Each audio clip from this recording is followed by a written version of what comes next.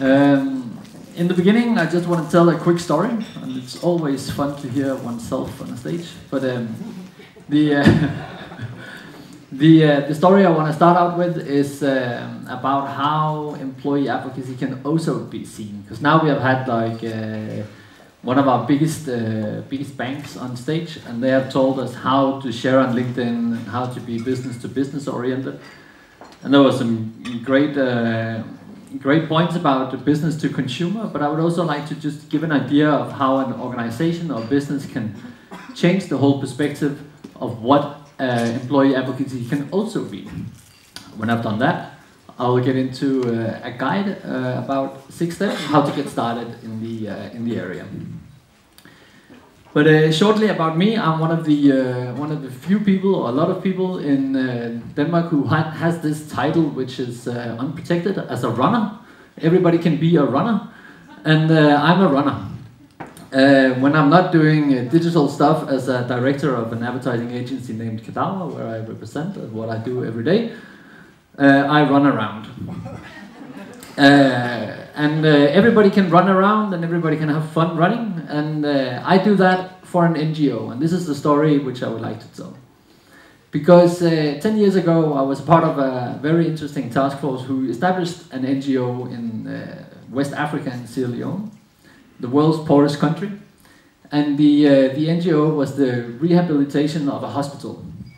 It was completely destroyed, and if you have seen the movie Blood Diamond with the beautiful actor, I always forget his name. What is his name? Leonardo. There we go. There's a lot of women who always know that name. If you've seen that movie, you know a little bit about the conflict.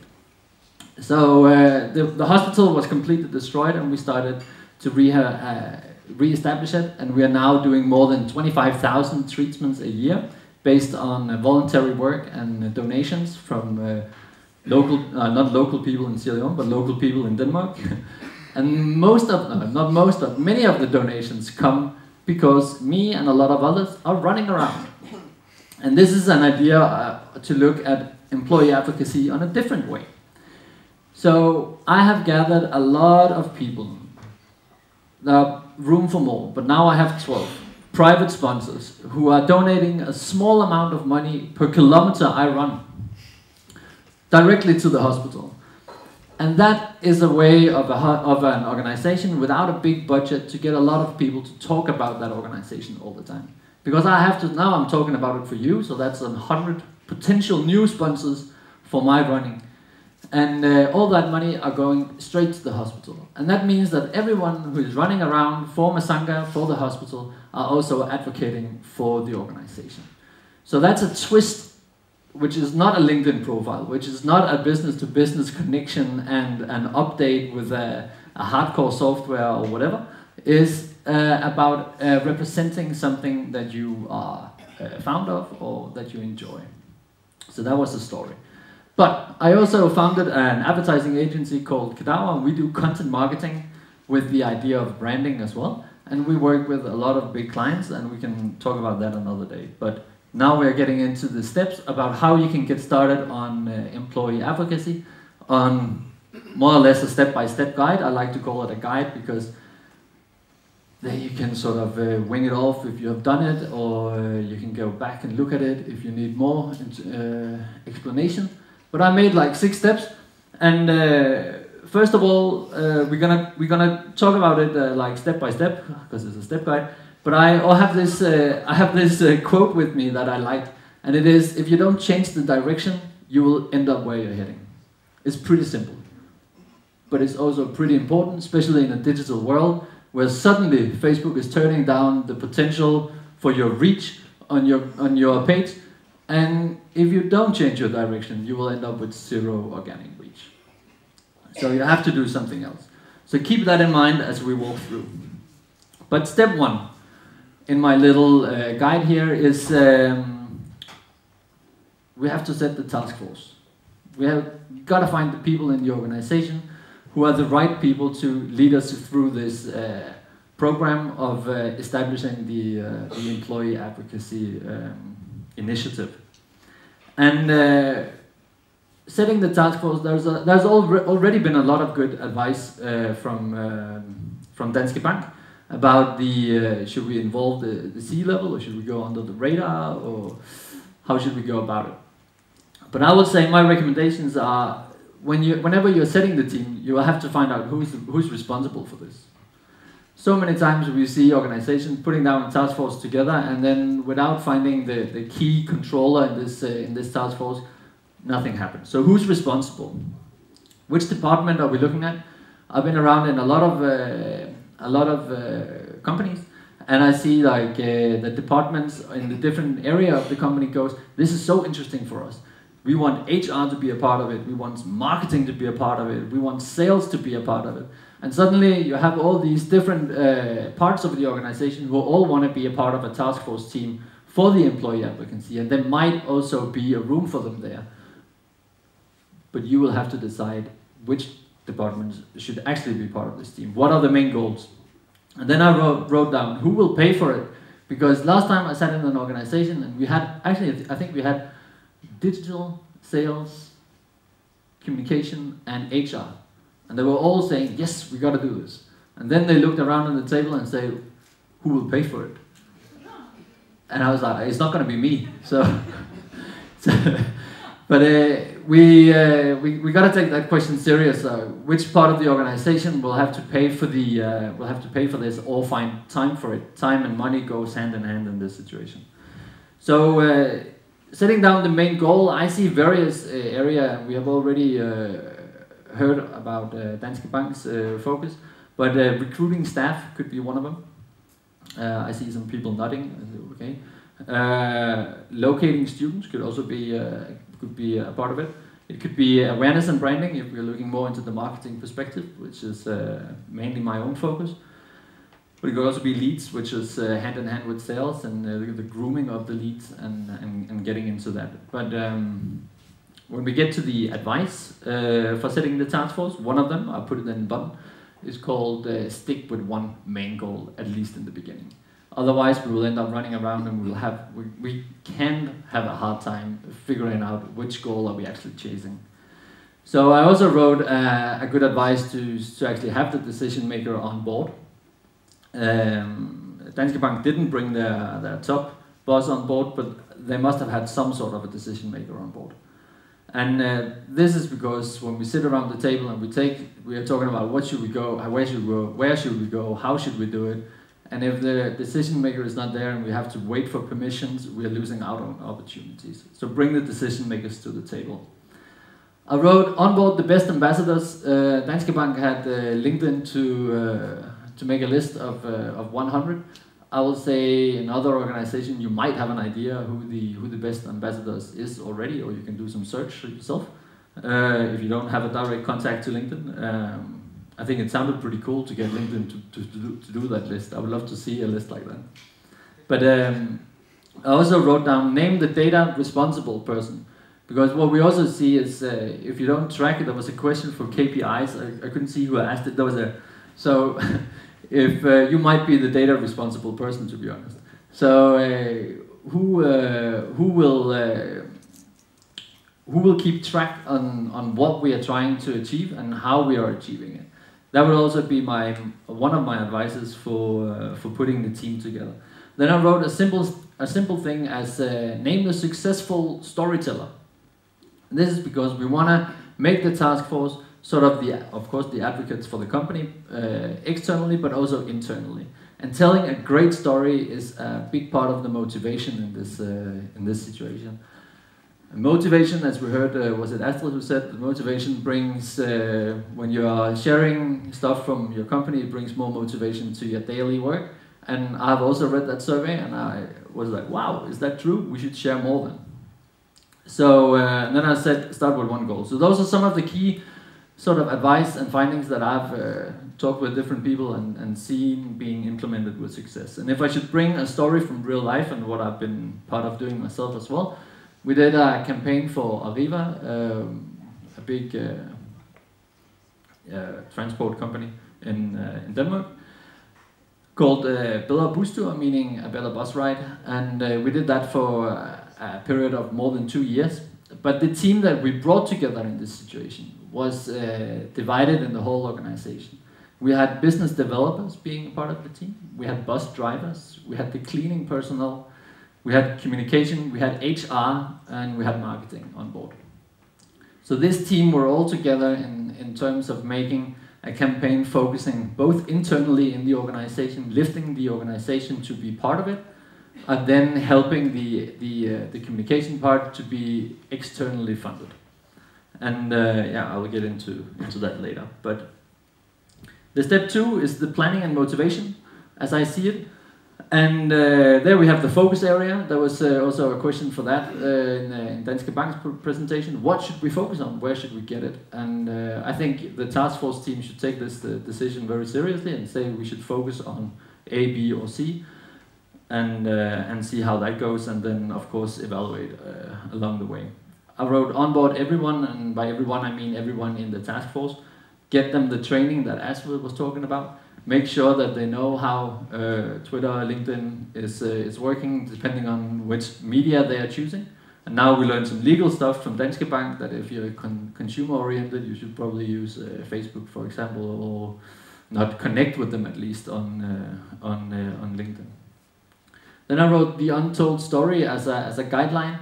In Kadawa, we work with branding of companies, and there are so many untold stories in bigger organizations.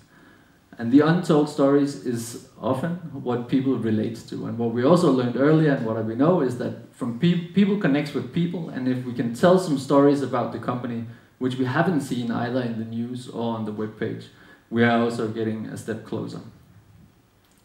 I wrote down a very simple thing: plan the meetings. Plan the meetings. By that I mean that we often tend to think that the smallest and the simple steps are for granted, but there's also those that can kill a project. So putting down the sentence "plan the meeting" is just a reminder that it's essential to make sure that the task force is meeting up and that they can take the right decision going forward. Share the success increases the motivation. All right. So how did we do this with Arriva back then? Well, we realized that participation equals motivation for those involved in the project. So we started involving as many people as possible. We even went down to the mechanics, and then we redecorated their break room. So every time they took a break from fixing all the buses, we did it without them knowing it. In a weekend, they entered a dining room instead. So we redecorated the whole room to give them a better experience at work. In that sense, we onboarded the organization to say, okay, if our main purpose is to give people a good experience in the bus, we should also have a good experience preparing the bus. So that was sort of the idea. Then we started to connect all the loose ends from the organization about the untold story in a magazine, which we then folded out, of course, digitally. That was the easiest way. But also we made a magazine which we started to hand out in the bus for the passengers. We did this through a collaborative workshop where we then had the different parts involved. The next step I wrote is rules and behavior. The last survey I read from US shows that 26% of the bigger corporations are actually blocking social media from their work internet. And I don't think we have to mention how much of a potential they are then losing out on in this room, but it's simply due to no rules and regulations or social media policies or taking care of it. And the fear that one or two might create a shitstorm, then they take the safe bet and say, we'll shut it down. But it's a 26%, and I think that's a lot. And I don't know the numbers in Denmark. Does any of you work in an organization where social media is blocked? No. But we have problems with Germany. Sorry? We have problems in Germany in our All right. Okay. So you are familiar with it at least. Okay. I don't know, I heard something like problems in Germany. It made me think of something completely different. No, the regulation is not strong. We are not allowed to share a lot. So we have to go around Germany when it comes to sharing. All right. Interesting. well, when it comes to the rules and the behavior, I wrote down train the employees, and Astrid was in on it, and Danske Bank is doing it, fixing the profiles, make them know what to, how to navigate in the social media landscape, and be comfortable with it. I think it is a huge step for organizations to let employees loose on social media. I can understand that. So putting down the policies for it is essential. 5 years ago, I was pitching a project for a large organization and suggesting them to use Facebook as a channel for marketing. And the return I got from the marketing director was Facebook, it's a dating site. We are not using that to reach potential customers. But now the table has turned and we are looking at it differently. Then there was also a question previously about the how do we view, how do we deal with the content? And the content, I think, here is essential. We as an organization in Kadao, we produce the content and we help companies produce content for sharing. And we are encouraging a sort of a ratio saying 1 to 3, and meaning that the 1 is own produced content and 3 is curated content from what you see is relevant online. And I think the next slide is an example of that. But then also one of the rules and one of the behavioral guidelines we should put down is how often do we expect people to be active. Get that clear from the beginning, because otherwise you might hang by the neck in the end of the week if you think you're not good enough, or what are the actual expectations, right? So here's an example for Forbrugerrådet. I really don't know what that's called in English, but this guy, he wasn't on social media for before we started working with the campaign, and we were doing a campaign for Forbrugerrådet based on the regulations for how you lend money in the bank and the agreements you have with the bank, and all the information which is written with the small print. And he's an expert in that. He's not an expert in communication, but he's an expert in the law. So we got him on board, and he started to tweet a lot about this. We provided him with the material. We provided him with some hashtags he could use and some links and so on. And he found it interesting, even though that he was not one of these social media gurus in the organization, but he was an expert in his field, and he was taking on discussions within areas that the communication department could not participate in because they're not expert in this area. So I wrote down the 3 steps in the here, going like locate your expert within that field, provide them with ammunition, and send them to the battlefield as the part of it. When it comes to the analytics, I think we can measure so much different when we're working with digital projects. And me working with digital projects every day, I get asked sometimes to track stuff which I can see is irrelevant to track. And I think when we are tracking stuff, we should be very curious or very strict on only focusing on what can help our project in the future. Are we tracking links, click on links, or website loads, or are we going down to say, okay, conversion, dwell time, or what are we actually measuring in order to get our project to move forward? I mean, I've also been building computer games where we are measuring how many nails are being fired per minute played and so on, and that can help the game design in order to be better. But when we're talking about employee advocacy, I think it's essential that we have these in place in the beginning. So be selective and make it support your motivation. Yeah. Then the next part we should start measuring is the individual targets, because the company have some targets in order to put this to fly. But also each individual might have some targets. I was told that one of the guys from Danske Bank had a target of getting more connections on LinkedIn.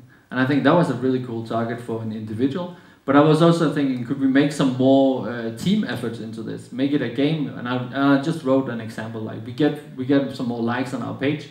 and then we get some bottles of wine from the boss or whatever. It can be let's have fun while doing this. But what are the individual target for the individual in the task force? Are they becoming the new leader of within thought leadership of their specific niche, or what should it be? Put that down and make it support each other. It's my goal. I wrote evaluation. Evaluate the process. Sit down. What worked? What didn't work? Pretty simple, but go forward by evaluating it.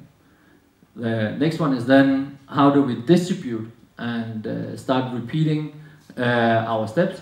And I work from this model, and there might be several other models that you can do. But I take an action, then I get some feedback on the action, and that could be from the community, or it can be from my employees, or it can be from whoever. But then I get some key learnings on that action, and we get some key findings based on the key learnings, which we can then proceed into the next action, so we don't stop. It's an eternal loop, and working with content, we have to see what content worked, why and where, and how can we reproduce it or make sure that this thing of either posting on a specific time or posting in a specific tone of voice, it gets more activation.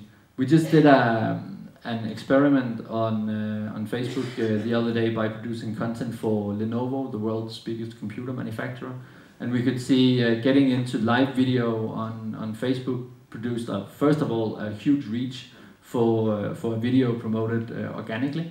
But we could also get a lot of comment by being creative in the message. And this was, of course, an example which we are replicating into new sorts and formats in the future as well. So I see it as the social media team in an organization that's spreading a lot of good vibes and a lot of material and a lot of content. And you might, as a task force, get some of the content from your social media team. The social media team is communicating to the community with the hope that their content is so creative that the community will spread it out to the world. But also the task force team has the possibility to communicate what is actually working very well from the social media team to the rest of their colleagues, so that the colleagues can start spreading it out to the world and be sort of the advocates for the company. I often make the reference saying, when I'm at a dinner and we sit and we have red wine and so on, if we're not out running the next morning, and people are starting to debating about what I do at my company or how we work with it and so on, I tend to defend my company in these situations, and I guess you do the same. You defend your work and your situation. Why should it be any different on social media? Is then my question, and I think that this is worthwhile taking with you. But that was my 30 minutes of talking to you. So thanks a lot. If you have any questions, you can always you can ask them now, or you can send emails or tweets or whatnot.